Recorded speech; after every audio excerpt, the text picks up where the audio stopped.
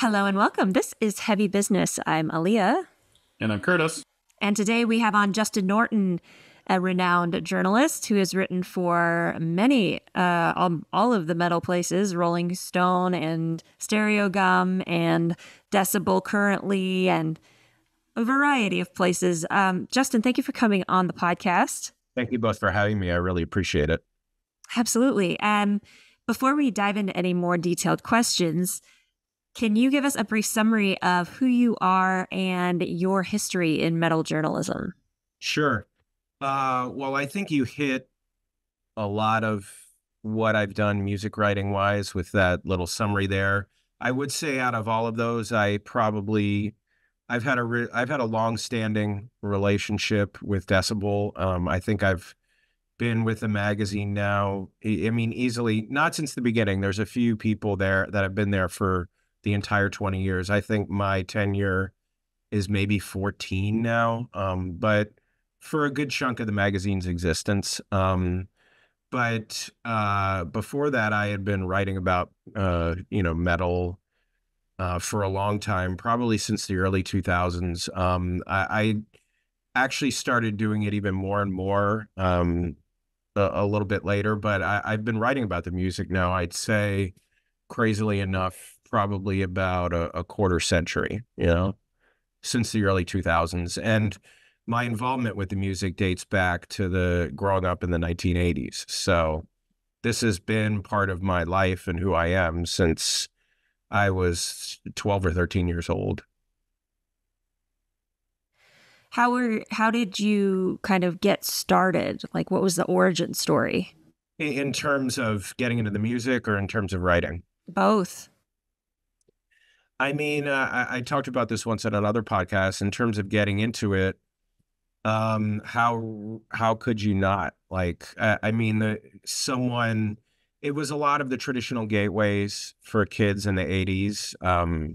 Some of those things, I don't even know how much they're even looked at as metal anymore. I think people think AC/DC is like dad rock, but obviously Kiss, at least when I was very young. And I had, a couple people along the way, either someone's older brother or someone like in junior high school who just turned me on to more and more extreme stuff. I grew up in not a crazily religious household, but a pretty Roman Catholic household. So I guess part of getting into music, at least stuff like Venom, initially was a total act of rebellion. And a way to kind of assert my own identity. But I love the music so much. Just the energy, the power, the sense of finding a tribe where you didn't really know where you fit in the world. And I'm not certainly saying when I grew up was better or different, but back when I think it's almost in some ways it's easier to find your tribe now if you get into this music because metalheads are everywhere. Like I go into the gym and I see people wearing metal shirts like everywhere I go. It was a lot more frowned upon back then. It was like a lot more of a genuine subculture. I think metal culture now is global and it's huge, and metal is actually doing super well. But yeah, and as far as the writing goes, I think it was just, again, it was something I was super passionate about early on. My dad was an English teacher growing up. He also worked as a lobbyist, so words were super important to him. Literacy was super important to him. Just being around my dad and picking up on all of that, and my dad always having me read good books, good novels, finding things that he thought would move me or speak to me.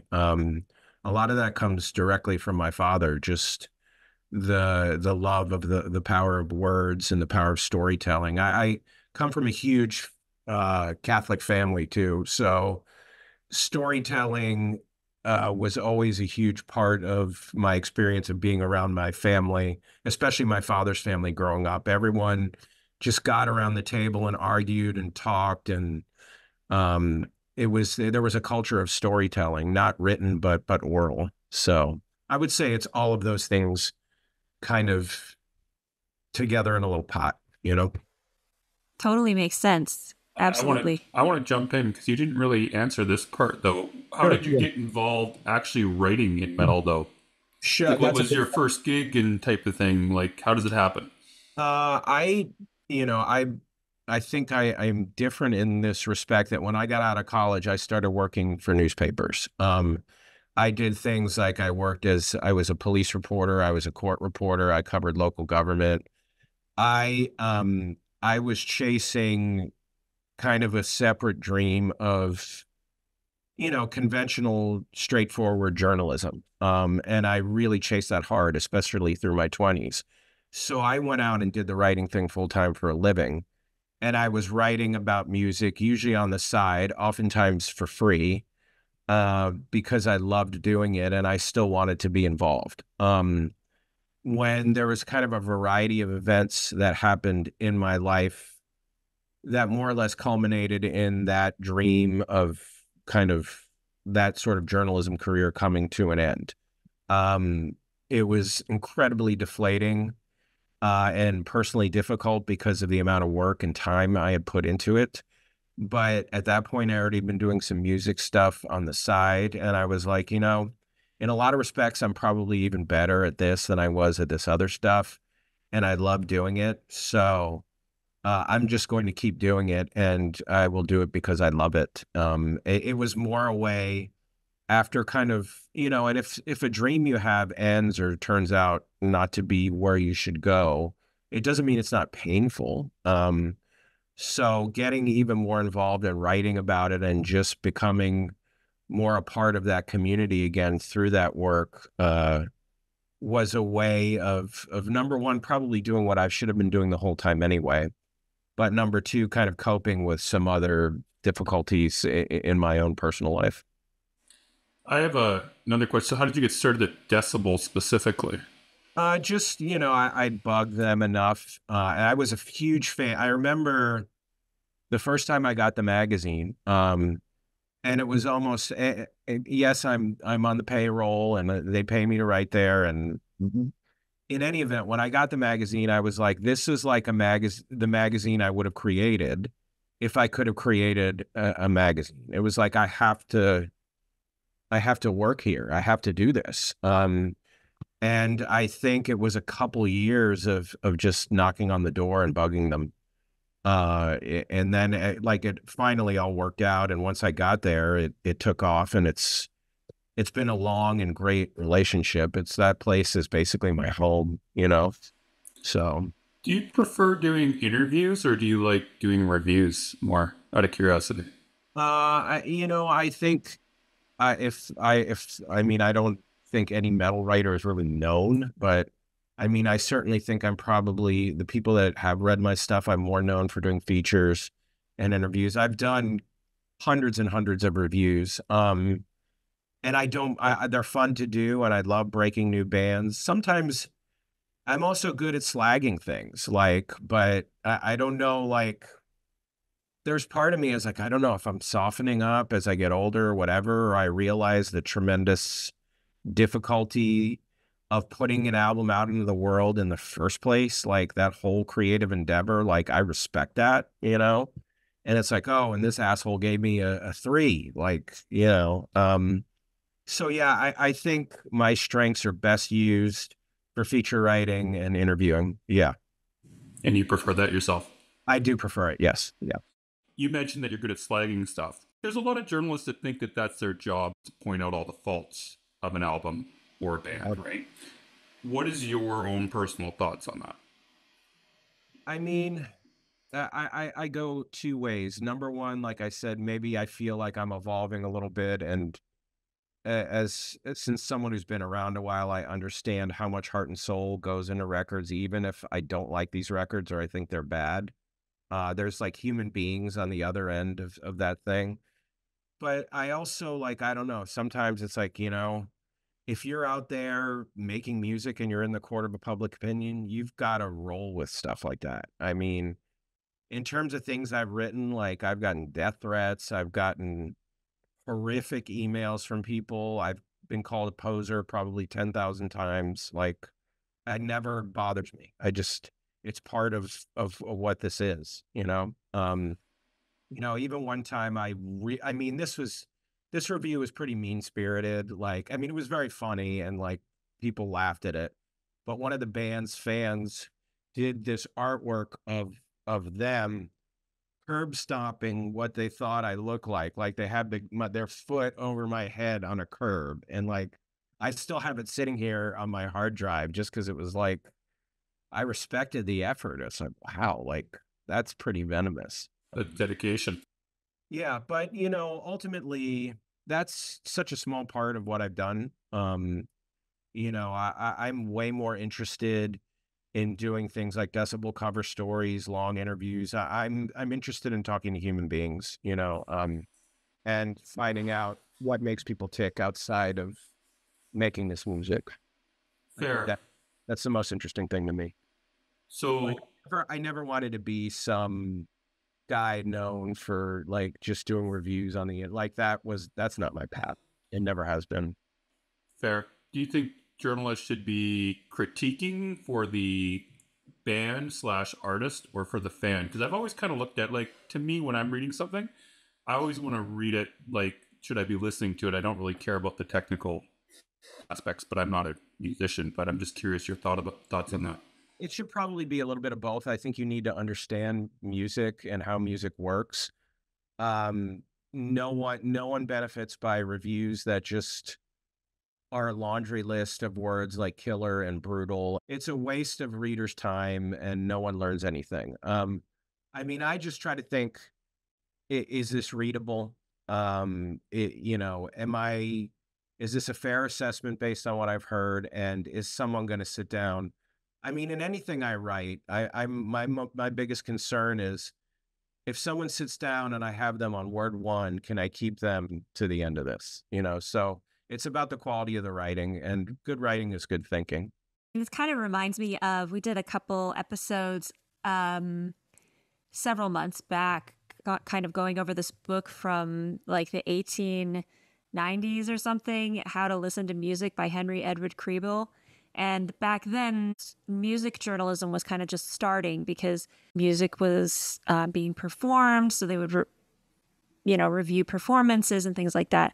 And so he talked a lot about the balance there of being critical, but not being critical in a way that's just to make you look smart.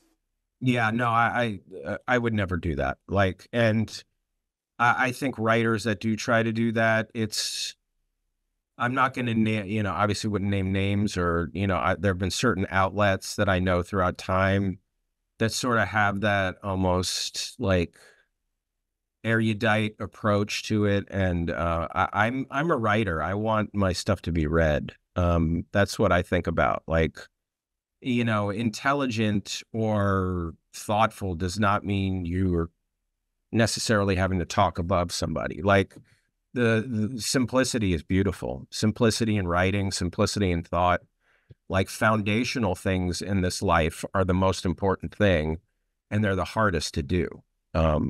Whether we're talking about, and I know you're involved with music. Like, I was just talking to someone recently about the blues artist Jimmy Reed, and it's like, well, like most of his songs were shuffles, and it's like, yeah, but no one sounds this good. Like, no one can do this. Like, it's so simple that no one else has been able to do it.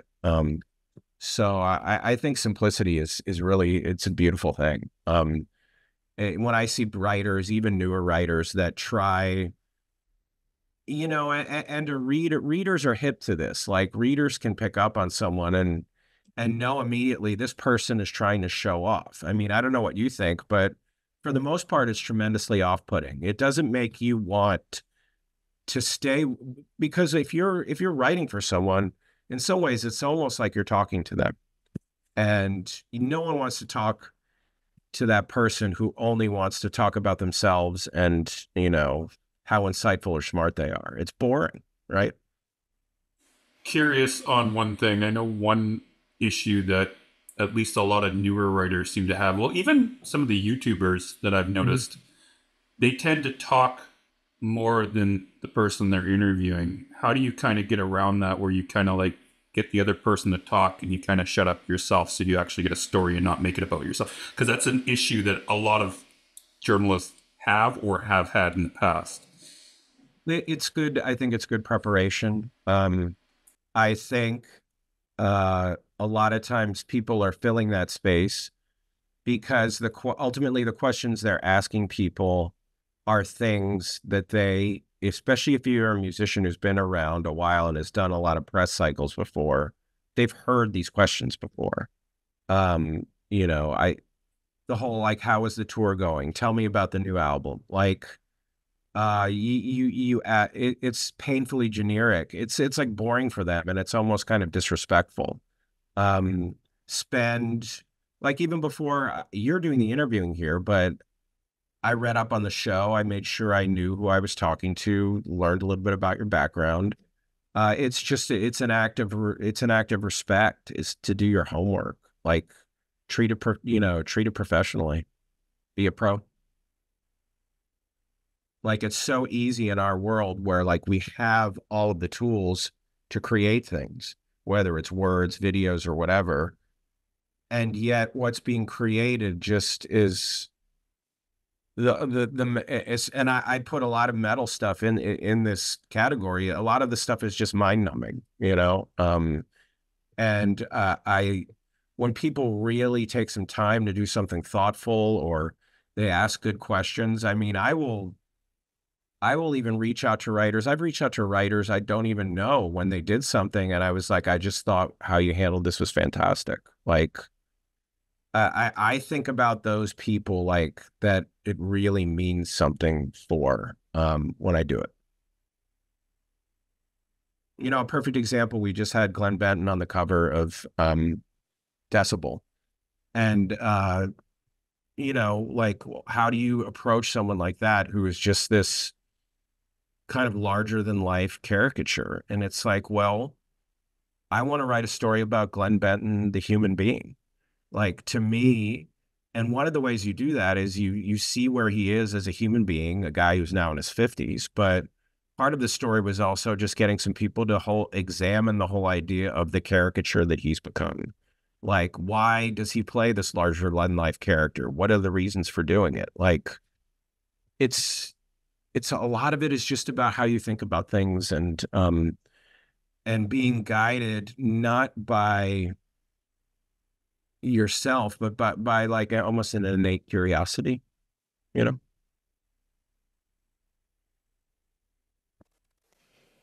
Now, you mentioned before we started recording, having some opinions on AI. Why don't you share some thoughts on how AI is affecting journalism specifically and what we can do about it?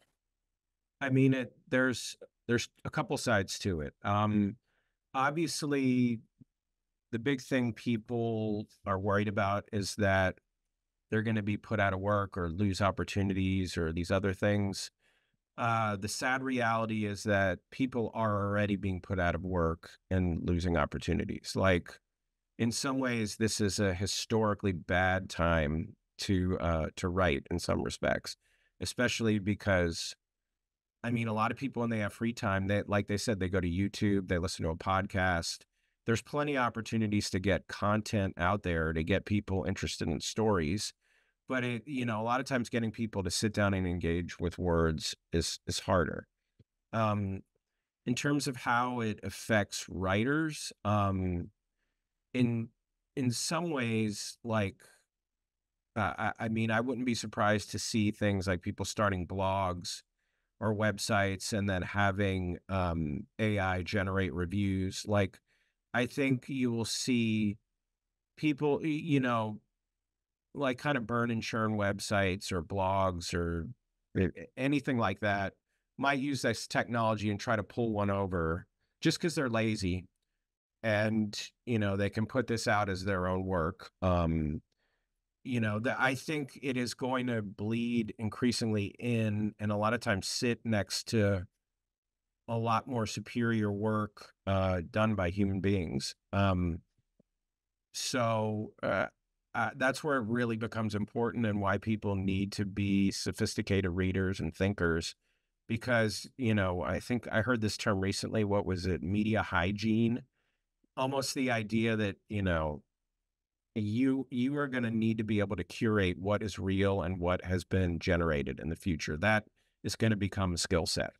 On the flip side, you can't just say the negatives without a few positives. Like, there are potential things that can be used. I mean, what AI is really great at is looking for patterns and scouring through big data and finding patterns in that data.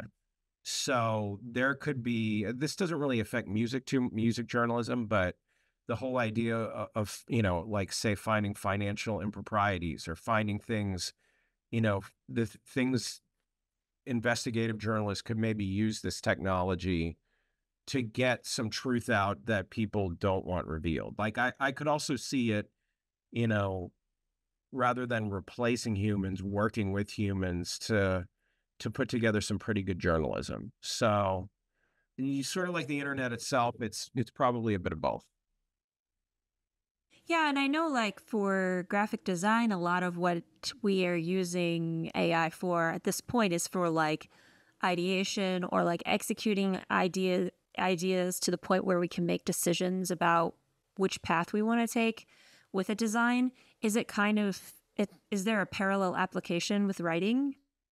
I know I've even worked with some people in one of my other freelance gigs who like use AI for ideas or for idea generation.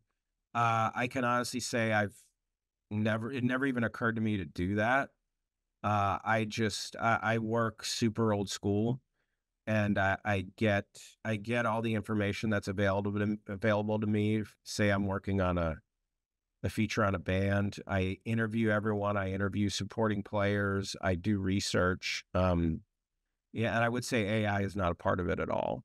Um, but I'm certainly aware of the technology and its uses. And um, I don't have an apocalyptic view of it.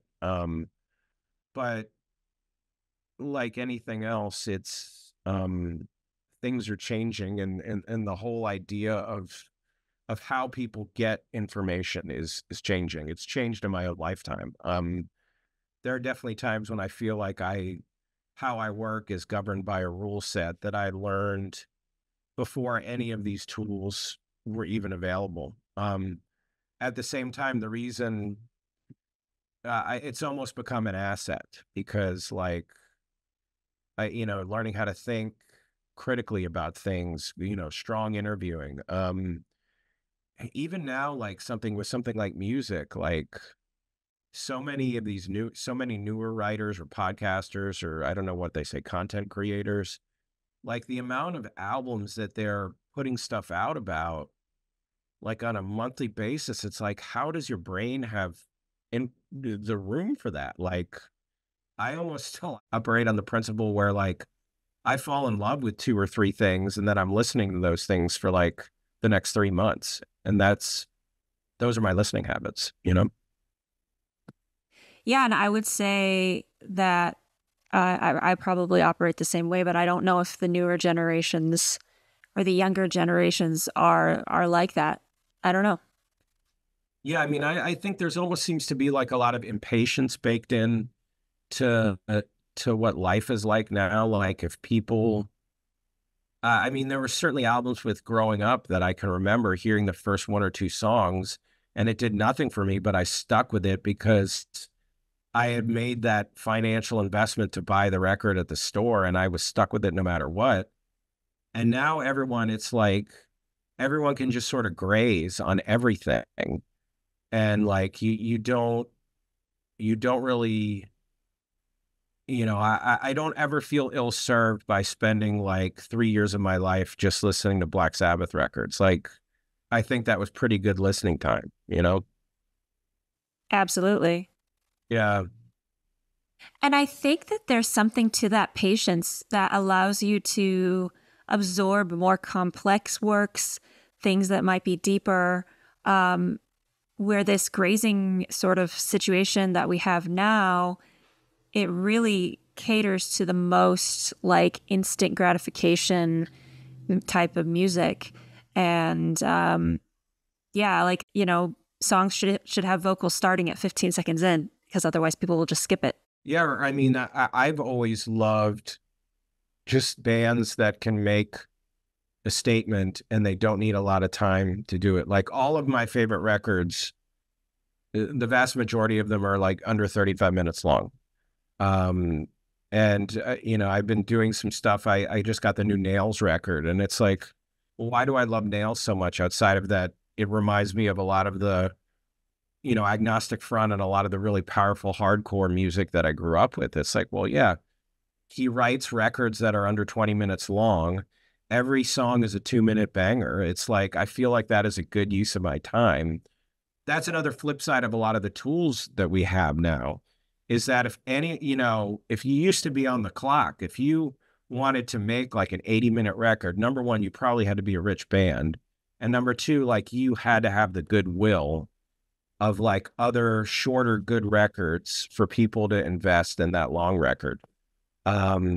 Because anyone can go with like home recording technology and all the stuff we have. It's like, yeah, I'll make a 100-minute record. Like they don't even think, well, does someone want to listen to that 100-minute record? Like, you know, I mean, before I agreed to listen to At War with Satan, which is one song on one side of a Venom record, like they already had me with like 2 absolute bangers that are like 2 of the best metal records ever released. And I love bands. I mean, and that goes back to what we were talking about before with writing and simplicity. Like I love people that just execute those. Number one, they value your time as a listener. And I'm certainly not saying, okay, like we've got to cap album lengths at like 35 minutes, but I think prog fans would be upset with you. Yeah, I mean, and I'm just not, I love some prog, but ultimately that's not how I got into music. And like, you know, I mean, I even remember hearing the Ramones, and it was just like this, it's like, no wonder these guys saved music from all of this like excess. Like they just brought it back to the source, you know, like blues, power, simplicity, strong songs. Like I am an absolute sucker for that stuff, you know? It doesn't mean that I only listen to it, but, you know, like, even like, and this is sometimes where you think some like music writers have gone crazy. It's like trying to convince me that last Iron Maiden album, which was like incredibly long, it's like, it's not as good as these other, I'm sorry. Like, I know you love the band, but like, let's just be honest here. Like, I mean, like, it's not the same. It wasn't for me. Has there ever been a band that has made like a modern album that was better than their peak in like the 80s or 90s? Napalm Death. Iron Maiden, I will disagree with you on, by the way, because I think their peak was in 2007 with A Matter of Life and Death. Yeah. So you see, you're one of those guys that I argue with. Yeah, I'm putting it out there. Yeah. No, Napalm Death has they basically helped invent grindcore with Scum. And I swear their last album, we gave a 10 in the magazine, which if you know Decibel, a 10 almost never happens. Like Shane is a genius. Like that band just keeps getting better and better and better. They're not a metal band per se, and they lost one of their founding members, sadly. So I think Killing Joke may be done, but Killing Joke's output in the 21st century equal to, if not better than all of those classic albums from the 80s. It definitely can be done. Like there's other people that, you know, another perfect example that I wasn't even expecting. Satan, the band, like those guys, I mean, they're all practically pushing 70 and they're playing, you know, new wave of British heavy metal music in the 21st century. And the past few records that they've put out have been fantastic, and they're a killer live band still. So those are just 3 that come to mind. I mean, I would say Killing Joke and Napalm Death are also 2 of my favorite bands ever. So there's a bias there, but I saw Satan play last year at the pre-fest party of the Decibel Beer and Metal in Philly, and they were one of the highlights. They were incredible. There you go. There's still hope out there. Yeah, and I mean, just to have that kind of, I mean, it was sort of, it was a good, reminder to me why I keep doing this. It's like, you can still, if you have passion for this, I know when you initially asked or sent that email, there were some questions about like getting into it. And I was thinking about like, well, if people want to get into it, what's the advice? And then my advice is always like, you have to love it. People that seem to get frustrated or maybe, not that there's really anywhere to go per se, but like people that don't stick with it, it's generally because it's more rooted in their ego. Like, maybe this thing, like you want to hang out with bands or you want to be acknowledged by the band or you want to be a peer with some of the musicians, like, as opposed to, I love this music. I think this is fun. And it's true for me because I know my own experiences. I would be doing this anyway. And I was doing it anyway. When I wasn't doing it for publication, I would write about bands or records in my own notebook. Like if you want to do it, only do it because you're passionate about it. Like there's no other reason to do this. It would be wasted time. Like you're not going to make a ton of money. We're long past the world where like you used to be able to get on a jet with Guns N' Roses and go party with them. I still think there's probably a few people that think that world still exists. It doesn't. You don't even get free swag anymore, like, because no one sends you CDs. You just get a Holics with a link to a record. So really, if you're not super passionate about this, if you don't love it, why do it? Don't. I was talking to some young writer about this recently, and I was like, if you're not into this because you love it, then you're doing it for the wrong reasons,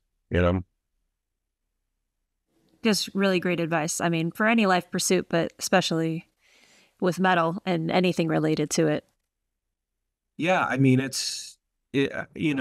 obviously I'm at a point where, it's nice. I like to get some dollars for the amount of effort and time that I put into it. I don't rely on it to pay my bills because I couldn't. It's not enough. But I mean, all of this is just guided by just fierce passion. And it's like, and my own thought is like, well, if I leave, who else is going to do this? Like, I mean, obviously there's still people out there doing it, but I always find there's a few times where I feel like I'm burning out. And then like a story or an interview or a record comes along and I get excited. And it's like this, it almost gets me back into doing what I was doing in the first place. Like to me, the number one, the passion, and number two, like to me, preservation and history of this art form is also super important. And making sure that I've gotten so much as a human being out of this music, and it's opened so many doors for me in many respects. It's provided me with so many of my best friends. So I just want to make sure if I can play a small part in keeping that healthy so that other people can have that same experience, then that's really time well spent, Before we run out of time, I did want to ask you if you have any opinions on bands pitching journalists. You could talk about your pet peeves, what you think makes a pitch really good. And do you actually get pitches from bands directly, or do you usually get them from PRs mostly? I get both. Here are my pet peeves. Please don't ever pitch me via LinkedIn Messenger. LinkedIn is where I have to play like, that's where I pay my bills, and I deal with shit paying my bills there. Not that I'm not trying to get paid to write about music, but like, I have to keep certain things in my life divided. And LinkedIn I view as like, it's almost like the owner is part of my existence. So don't mix that in. Do not, like, it doesn't make me, I'm not going to be rude, but it doesn't make me any more likely to cover it. Um, I generally don't mind getting pitched directly by bands if they do it the right way. If they friend me on Facebook and then immediately like start sending me demos or telling me about their band, it's like, I'm a human being. Like, I know that your career or that what you want to do in music is important to you, but like, like you got to butter me up, man. Like, say hi, like maybe get to know me as a human being, like a photo of my dog, like treat me like I just want to be treated like a person, not like a means for you to achieve a goal. That I really dislike. So yeah, a lot of stuff. Conversely, too friendly is probably not wanted either, I would assume. Yeah, I don't want that either. I do rely on a lot of PR people, the best of whom a lot of them I've known for years. And they know kind of a lot of times things that I like or things that I might like. But generally, as far as how I work these days, I decide what I want to do, and then I need people to help me facilitate it, or I get an assignment and I go ask them. But yeah, I mean, there have been instances where a band has approached me. Like, I got to know a guy on social media. I thought he was a total character. I thought he was hilarious. And he really started pursuing music big time. And he messaged me and we had become friendly. He said, "Can I send you the record?" And I said, "Sure." I listened to it. I was like, "I love it. I'm going to put this on the website." Like it can happen like that. Right. But I also like, he had got, again, like butter me up. Like we were kind of friends at that point. So him saying, "Can I send the record?" didn't seem like an imposition at all. So yeah, I'm cool with people approaching me, talking to me. I'm a pretty nice dude.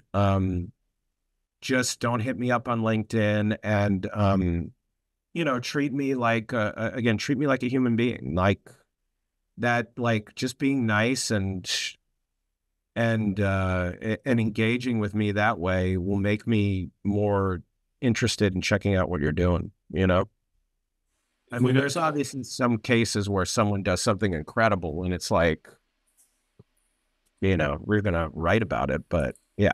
I want to know the absolute worst pitch, though, that you've received, like absolute worst, without naming names. Oh, God. I mean, it's like worst is sort of hard to define. Like sometimes I'll just get these porno grind things and it's like, and I mean, I laugh at it, but it's like, is this my adult life? Like, what would my mom think if she saw like some of these albums coming into my email box? Like, will you write about this? Like, no, I mean, there's not one thing that really sticks out as the worst, but the worst from from my perspective is the presumption that you are going to do something. Like you will write, and it's like, well, no, like, I mean, unfortunately, like there's sort of enough barriers that doesn't happen too much. But yeah, I mean, a lot of where I am right now is more getting assignments or deciding I want to run with something. And then like the people I really appreciate the most are the ones that it's like, I need this, and this is the deadline, and they help me. Like those people are PR people, work super hard.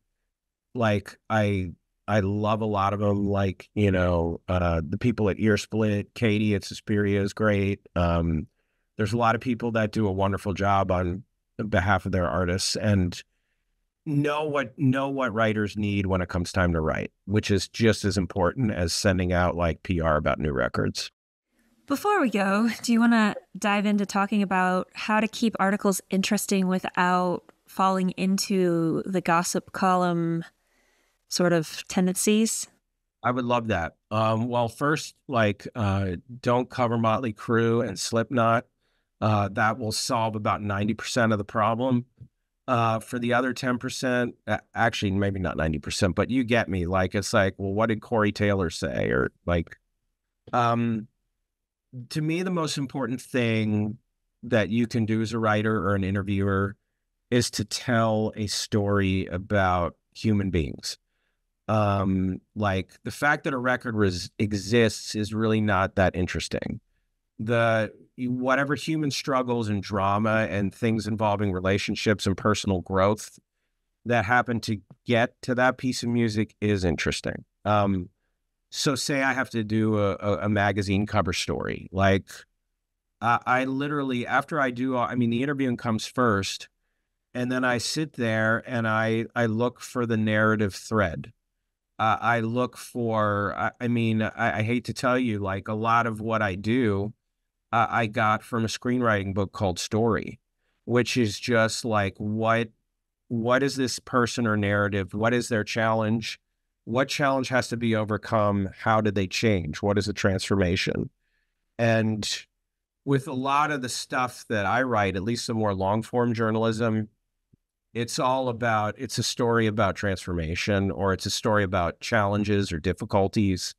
I mean, and sometimes it's easier than others. Like when I did the cover story for Decibel and Jeff Becerra of Possessed, I mean, he was shot and he's been in a wheelchair. Like he almost died. What more?